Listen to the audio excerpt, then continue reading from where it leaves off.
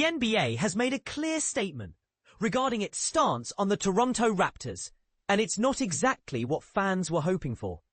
With the recent unveiling of the 2025-26 NBA regular season schedule, Raptors supporters likely turned their attention to the matchups that lie ahead.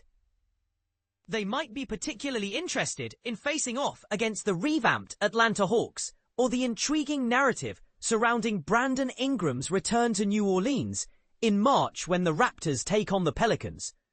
However, a closer look at the Raptors' upcoming season reveals a concerning trend. Toronto is set to appear on national television in the United States for only 2 games. The first is against the Cleveland Cavaliers on November 24th, available on Peacock. And the second is a matchup with the Chicago Bulls on February 5th, which will be broadcast on Prime. This limited exposure on national TV raises eyebrows about the NBA's confidence in the Raptors. To put this into perspective, let's compare Toronto with 2 other Eastern Conference teams that are similarly positioned, the Atlanta Hawks and the Orlando Magic. The Hawks will enjoy a whopping 13 nationally televised games, while the Magic will have 14. It's hard to argue that the NBA is fully backing the Raptors when you see these numbers. While I wouldn't go so far as to suggest there's a deliberate conspiracy against Toronto simply because it's a Canadian team, it's clear that the league tends to favour franchises that can attract a larger audience for various reasons. One of the first things that come to mind is the Raptors' limited appeal beyond Canada's borders.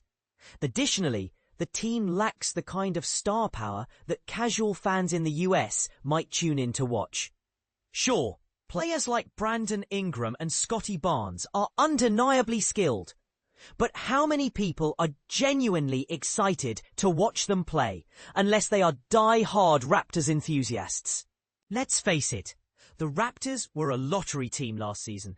While optimistic fans, including myself, believe that this newly adjusted roster can come together to achieve a better record or even make a playoff run, the reality is that many mainstream analysts and commentators are not showering the 2025-26 Raptors with praise. When they do get coverage, it often revolves around the complexities of their contracts or the somewhat awkward mix of talent on the roster.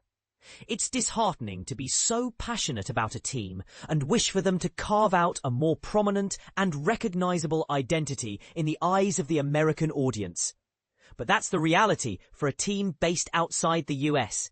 The Raptors have a dedicated fan base that extends well beyond Toronto, reaching across all of Canada.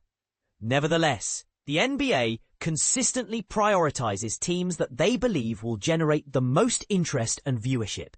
Unfortunately, this season serves as yet another reminder that the league does not have high expectations for the Raptors to prove them wrong.